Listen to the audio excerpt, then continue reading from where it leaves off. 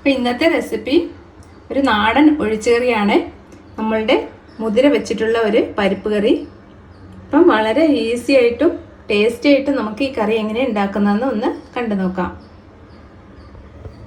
ഇപ്പം ഞാൻ ഈ മുതിരക്കറി ഉണ്ടാക്കാൻ വേണ്ടിയിട്ട് മുതിര വന്നിട്ട് ഒരു 2 മണിക്കൂർ വെള്ളത്തിലിട്ട് ഒന്ന് കുതിർക്കാൻ വെച്ചതാണ്.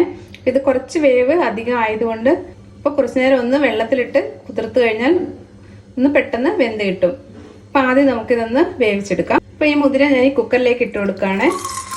ഇനി നമുക്കിത് വേകാൻ ആവശ്യത്തിനുള്ള വെള്ളം കൂടെ ഒഴിച്ചു കൊടുക്കാം.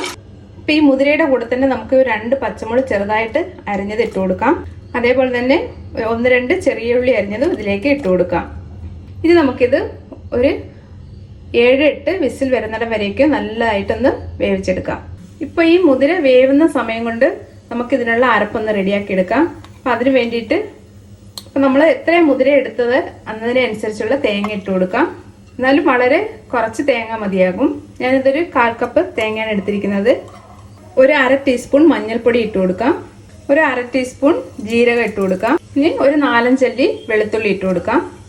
ഇനി നമുക്കൊരു 1/2 ടീസ്പൂൺ മുളക് പൊടി ഇട്ട് കൊടുക്കാം. ഇനി നമുക്കിതൊന്ന് അരച്ചെടുത്തിട്ട് വരാം. കുറച്ച് വെള്ളം ഒഴിച്ച് അരച്ചാൽ മതി. ഒരുപാട് അങ്ങ് ഫൈൻ പേസ്റ്റായിട്ട് അരയണ്ട. അപ്പം ഞാനിതൊന്ന് അരച്ചെടുത്തിട്ട് വരട്ടെ. അപ്പം നമ്മളുടെ മുതിര നന്നായിട്ട് വെന്ത് വന്നിട്ടുണ്ട്. ഇത് ഞാനൊരു 10-12 വിസിൽ വെച്ച് വേവിച്ചതാണ്. ഇപ്പം ചില മുതിര പെട്ടെന്ന് വേവും, ചിലത് വന്നിട്ട് വേഗം കുറച്ച് താമസം എടുക്കും. അപ്പം നിങ്ങളുടെ കയ്യിലുള്ള മുതിരയുടെ വേവിനനുസരിച്ച് വിസിൽ വെക്കുക. ഇതിപ്പം നന്നായിട്ട് വെന്ത് വന്നിട്ടുണ്ട്.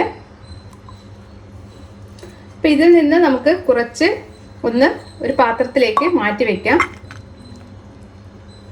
ബാക്കിയുള്ളത് നമുക്ക് ചെറുതായിട്ടൊന്ന് ഉടച്ചു കൊടുക്കാം. ഇനി നമുക്ക് ഈ മുതിരയിലേക്ക് അരച്ചു വെച്ചിരിക്കുന്ന അരപ്പ് ചേർത്ത് കൊടുക്കാം.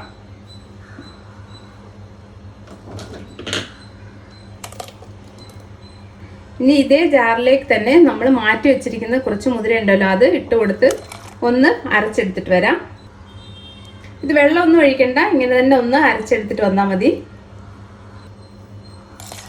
ഇപ്പം ഞാനിതൊന്ന് അരച്ചെടുത്തിട്ടുണ്ട്. ഒരുപാടങ്ങ് ഫൈൻ പേസ്റ്റ് ആക്കണ്ട. ഇനി നമുക്ക് ഇത് ഈ കറിയിലേക്ക് ചേർത്ത് കൊടുക്കാം. ഇപ്പം ഇങ്ങനെ ചെയ്യുന്നതുകൊണ്ട് നമ്മുടെ കറിക്ക് നല്ലൊരു കൊഴുപ്പ് കിട്ടാൻ വേണ്ടിയിട്ടാണ്. ഇനി നമുക്കിതിന് ആവശ്യത്തിനുള്ള വെള്ളം ഒഴിച്ചു കൊടുക്കാം.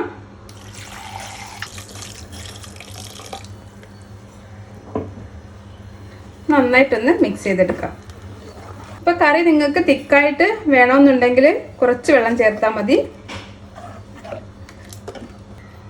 ഇനി നമുക്കിതിന് ആവശ്യത്തിനുള്ള ഉപ്പിട്ട് കൊടുക്കാം. ഇനി നമുക്കിത് സ്റ്റൗവിൽ വെച്ച് നന്നായിട്ടൊന്ന് തിളപ്പിച്ചെടുക്കാം. ഇപ്പം നമ്മളുടെ മുതിരക്കറി നന്നായിട്ട് തിളച്ച് വന്നിട്ടുണ്ട്. അപ്പോൾ നമുക്ക് ഉപ്പൊക്കെ ഒന്ന് നോക്കാം. ഉപ്പ് കുറവുണ്ടെങ്കിൽ കുറച്ചുകൂടി ഇതിലേക്ക് ചേർത്ത് കൊടുക്കാം. അപ്പോൾ ഇത്രയും തിളച്ചാൽ മതിയാകും. ഇനി നമുക്കിതിലേക്ക് താളിച്ച് ചേർക്കാം.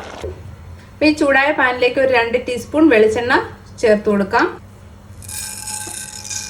കടുക് ഇട്ട് കൊടുക്കാം. ഇതിലേക്ക് ചെറിയ ഉള്ളി അരിഞ്ഞിട്ട് കൊടുക്കാം. ഒരു 2 വറ്റൽമുളക് ഒന്ന് പൊടിച്ചിട്ട് കൊടുക്കാം. അതേപോലെ തന്നെ കറിവേപ്പില ഇട്ട് കൊടുക്കാം.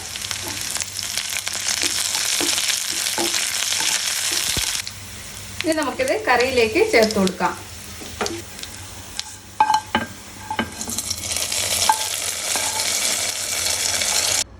അപ്പം നമ്മളുടെ നാടൻ മുതിര പരിപ്പ് കറി റെഡി ആയിട്ടുണ്ട്. അപ്പം ചോറിൻ്റെ കൂടെ കഴിക്കാൻ പറ്റിയ നല്ലൊരു ഒഴിച്ചുകറിയാണിത്. അപ്പം നിങ്ങളും ഇടയ്ക്കൊന്ന് ട്രൈ ചെയ്യുക. Thank you.